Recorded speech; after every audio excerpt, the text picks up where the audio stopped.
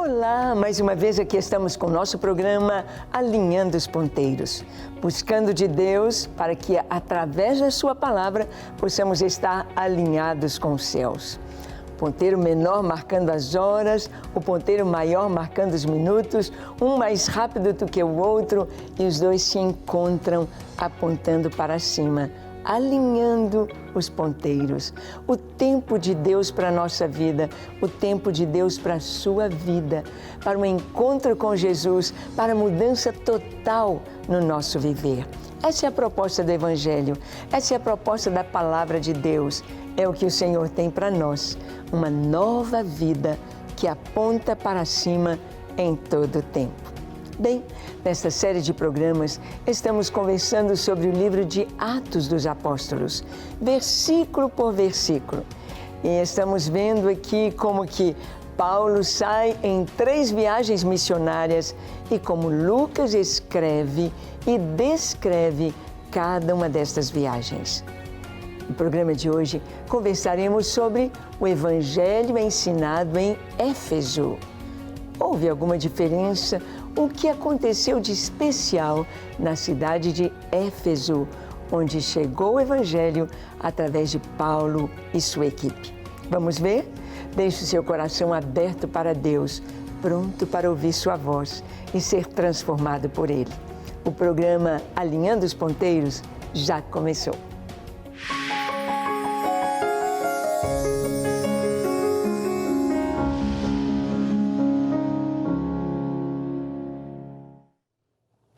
Muito bem, nós vemos aqui que no livro de Atos vai sendo descrito tudo o que está acontecendo com a igreja primitiva, com a igreja do primeiro século, tanto a igreja ali em Jerusalém, a igreja que se espalha em Antioquia, chega em Alexandria, chega na Ásia Menor, entra na Europa, na Ásia, e vamos ver Paulo na cidade de Éfeso.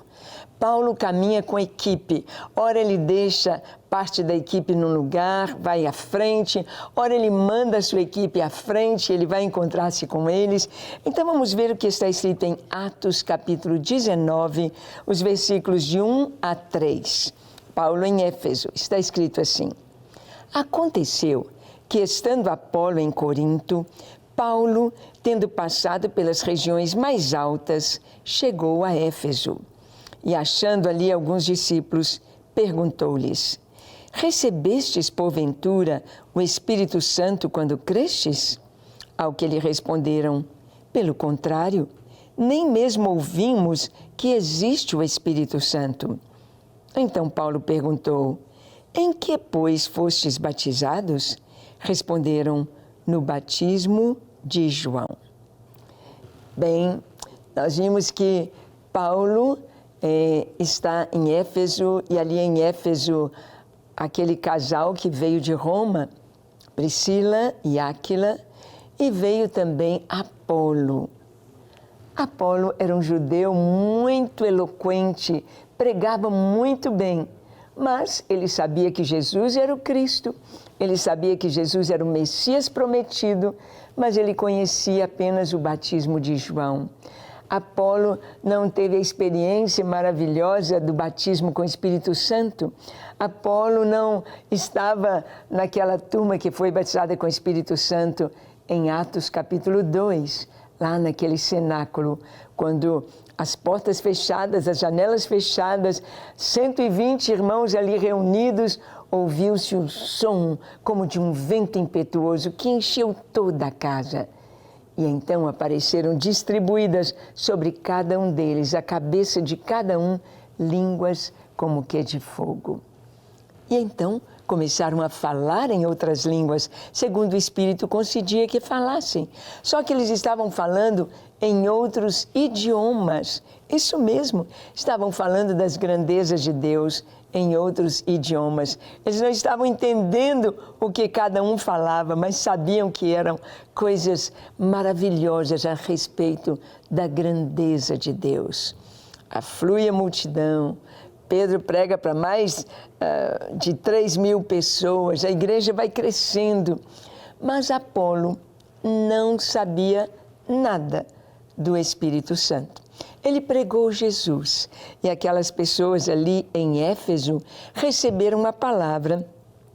E então Paulo chega a Éfeso e encontra alguns discípulos. Nós também somos cristãos. Nós também cremos em Jesus, Yeshua de Nazaré. Cremos que Ele é o Salvador do mundo. Cremos que Ele é o Messias prometido. Paulo diz, que bom que vocês são discípulos, são cristãos. Aí ele disse, vocês já receberam o Espírito Santo? Eles falaram, nós nem mesmo sabemos que existe o Espírito Santo. Não é porque os judeus não tinham conhecimento do Espírito Santo, porque no Antigo Testamento também nós temos ali alusão ao Espírito Santo. Cada um daqueles juízes, dos reis, quando recebiam aquela unção com óleo, era simbolizando o Espírito Santo. E os juízes, como Sansão, a força que vinha sobre ele era uma força descomunal, sobrenatural. Era dada como um dom do Espírito Santo a Sansão. E o Espírito Santo guiava os profetas, trazia a palavra para eles, guiava também os reis nas guerras, nas batalhas. Então, no Antigo Testamento, nós temos sim o Espírito Santo, ali está desde Gênesis capítulo 1, quando o Espírito de Deus pairava por sobre as águas. Mas o entendimento de quem é o Espírito Santo, o que ele faz, o que ele representa, qual é a atuação do Espírito Santo, ainda no Novo Testamento, nós vamos ver que o começo da igreja, o sopro de vida da igreja, vem através do Espírito Santo em Atos capítulo 2. E como estes discípulos aqui tinham sido evangelizados por Apolo, e nós já vimos que Apolo, ele ainda não estava bem familiarizado com a riqueza do Evangelho, com as maravilhas de tudo que Deus estava fazendo. Então, Priscila e Áquila, este casal, Áquila e Priscila, trouxeram Apolo para junto de si e foram aprofundando Apolo no conhecimento do Evangelho. Como nós precisamos da igreja, não é verdade? Como nós precisamos de estar junto com nossos irmãos, exatamente para que nós possamos crescer com a experiência de cada um. É claro que nós temos o Espírito Santo em nós, testificando que somos filhos de Deus. Mas é importante receber esse batismo, essa unção gloriosa, esse derramar do Espírito Santo em nós, que é também chamado batismo com o Espírito Santo. João falou isso a respeito de Jesus. Ele vos batizará com o Espírito Santo e com fogo. Esse batismo, esse enchimento do Espírito Santo é que nos capacita para a vida cristã, nos dando os dons espirituais, dons de línguas, interpretação de línguas, dom de profecia, dons de curar, dons de operação de maravilhas. É tão lindo o que o Espírito Santo faz na igreja. Ele nos confirma, ele nos ensina, ele nos transborda de graça e de verdade. Esses discípulos disseram, olha, pelo contrário, nós nem ouvimos que tem o Espírito Santo. E Paulo então disse, como que foi o batismo de vocês? E com qual batismo vocês foram batizados? E eles responderam, no batismo de João. O batismo de João era para arrependimento. Era o preparo para a vinda de Jesus. E nós vamos ver que esses discípulos agora vão ser batizados em nome de Jesus. Foi o que Jesus disse, olha, ide por todo mundo, pregai o Evangelho a toda criatura, quem crer e for batizado será salvo, quem porém não crer já está condenado. Ide, ensinando, batizando-os em nome do Pai, do Filho e do Espírito Santo, do Deus triuno. Então vamos ver como eles foram batizados? Abra sua Bíblia em Atos 19, versículos 4 e 5. Lemos assim. Disse-lhes Paulo, João realizou o batismo de arrependimento, dizendo ao povo que cresce naquele que vinha depois dele, a saber, em Jesus. Eles, tendo ouvido isto, foram batizados em o nome do Senhor Jesus. O que significa? Qual a diferença? Por que eles não podiam continuar com aquele batismo? Por exemplo, aqui no Brasil, muitas pessoas foram batizadas como bebês. Foram batizadas na Igreja Católica, foram bebezinhos. Mas a palavra de Deus nos diz que deveriam ser batizados aqueles que crescem. Claro que o bebezinho já recebe uma promessa, recebe uma cobertura espiritual, recebe uma bênção especial. Isso é maravilhoso, mas é preciso crer e ser batizado. É preciso que esse batismo, essa imersão, batismo significa imersão nas águas, é preciso que esse batismo seja público, seja uma confissão pública da nossa fé. Como o Senhor disse, aquele que me confessar diante dos homens, eu o confessarei diante de meu Pai que está nos céus. O batismo é esse ato público.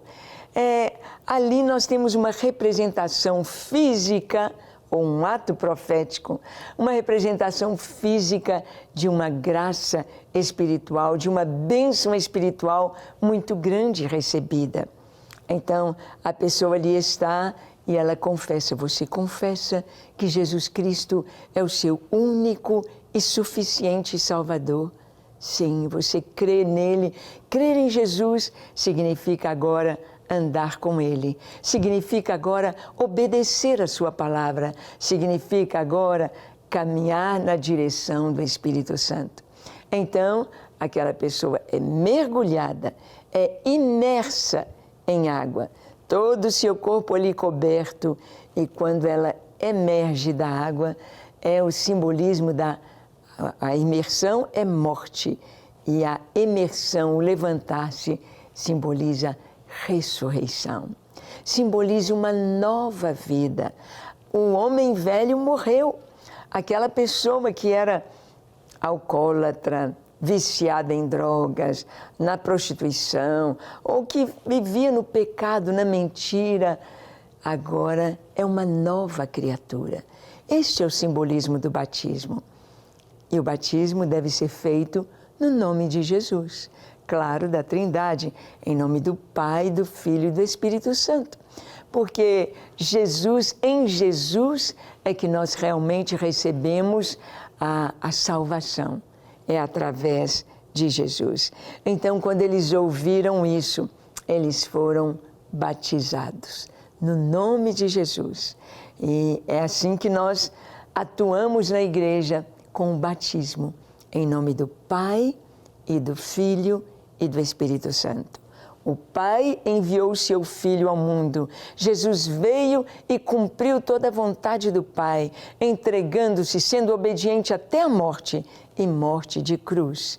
Jesus ali tomou o nosso lugar, assumiu as nossas dores, os nossos pecados, levou sobre si, morreu, foi sepultado, ressuscitou, ascendeu aos céus, de onde está intercedendo por nós e virá para julgar vivos e mortos. Mas o Espírito Santo é aquele que nos convence, é aquele que nos fala de Jesus. É aquele que nos revela quem é Jesus e o que essa obra maravilhosa tem a ver conosco. Por isso, o nome de Jesus é tão importante no batismo. Em nome do Pai e do Filho e do Espírito Santo. E nós vamos ver que em Atos 19, 6 e 7, lemos: impondo-lhes Paulo as mãos, veio sobre eles o Espírito Santo, e tanto falavam em línguas como profetizavam. Eram ao todo uns 12 homens. Que coisa linda! Foram batizados no nome de Jesus e começaram também a falar em outras línguas quando, após o batismo, Paulo impõe sobre eles as mãos. A imposição de mãos é um ato profético, é algo também maravilhoso. Impor as mãos significa estar passando a bênção, estar enviando, estar trazendo sobre aquela pessoa a bênção do Senhor e a confirmação do que Deus está fazendo. Então, é muito lindo podermos perceber que aqueles homens, ao todo 12 homens, aqui diz que eram 12. Interessante que lá no cenáculo foram batizados com o Espírito Santo 120. Lembra? 120 receberam o Espírito Santo. E aqui foram 12, ou seja, 1/10. 12 em Éfeso recebem o Espírito Santo, 12 homens, 12 discípulos, e Paulo impõe as mãos. Eu me lembro que na minha vida também, aos 16 anos, eu estava numa reunião de oração, quando um irmão, um idoso irmão, impôs as mãos sobre mim. Eu estava ali ajoelhada, desejando de todo o coração receber aquilo que eu não sabia muito bem o que era, não entendia muito bem, mas sabia que eu queria ser cheia do Espírito Santo. Então, quando aquele irmão, Antônio Lourenço, veio e pôs as mãos sobre a minha cabeça, eu senti aquela glória da presença de Deus. Aquele fogo, aquela sensação tão maravilhosa de preenchimento, o que eu senti foi muito alegria e amor. O amor de Deus encheu meu coração, transbordou o meu coração. Foi algo assim tão lindo que eu pude ver naquele batismo com o Espírito Santo. E se você ainda não experimentou esta bênção, pode ter certeza, é maravilhoso e está à sua disposição. Bem, Paulo orou, foram batizados aqueles 12 homens, foram batizados com o Espírito Santo, agora vão ser guiados pelo Senhor. E Paulo, então, vai continuar essa obra maravilhosa ali em Éfeso. O que vai acontecer em Éfeso? Nós vamos ver Paulo na escola de Tirano. Atos 19, 8-10. Lemos assim: Durante 3 meses, Paulo frequentou a sinagoga, onde falava ousadamente, dissertando e persuadindo com respeito ao reino de Deus, visto que alguns deles se mostravam empedernidos e descrentes, falando mal do caminho e diante da multidão. Paulo, apartando-se deles, separou os discípulos, passando a discorrer diariamente na escola de Tirano. Durou isso por espaço de 2 anos, dando ensejo a que todos os habitantes da Ásia ouvissem a palavra do Senhor, tanto judeus como gregos. Olha que lindo. Vamos vendo como Deus conduz a igreja, como Deus conduz os seus filhos, como Deus nos conduz, como Deus conduz você, quando você tem o Espírito Santo, quando você é guiado pelo Espírito Santo, Ele nos dirige. Paulo ia ali em Éfeso, a sinagoga, e pregava junto com a sua equipe, todos ali pregando diariamente, mas os corações estavam empedernidos e descrentes. Talvez outros judeus já vieram na frente de Paulo e começaram a falar: olha, vem aí Paulo, vem cristãos e vocês não aceitem isso, tem a lei de Moisés, Deus não mudou, e falaram tantas coisas. Não se abriram para o cumprimento da palavra de Deus, porque Deus não é Deus de confusão, não é Deus de confusão. Todo o Antigo Testamento aponta para Jesus. Todas as profecias e todos os rituais de culto apontavam para Jesus. Até mesmo o tabernáculo que Deus mandou construir, ele era formado com os seus utensílios dispostos em forma de cruz. Você tinha os 2 utensílios no lugar, no átrio, que era o altar do holocausto e a pia de bronze. O altar de bronze, a pia de bronze, simbolizando a cruz e a palavra de Deus. A pia, aquela água ali naquela pia, era para lavar, simbolizando a palavra de Deus. A cruz e a palavra. A palavra mostra a cruz nos leva à palavra de Deus.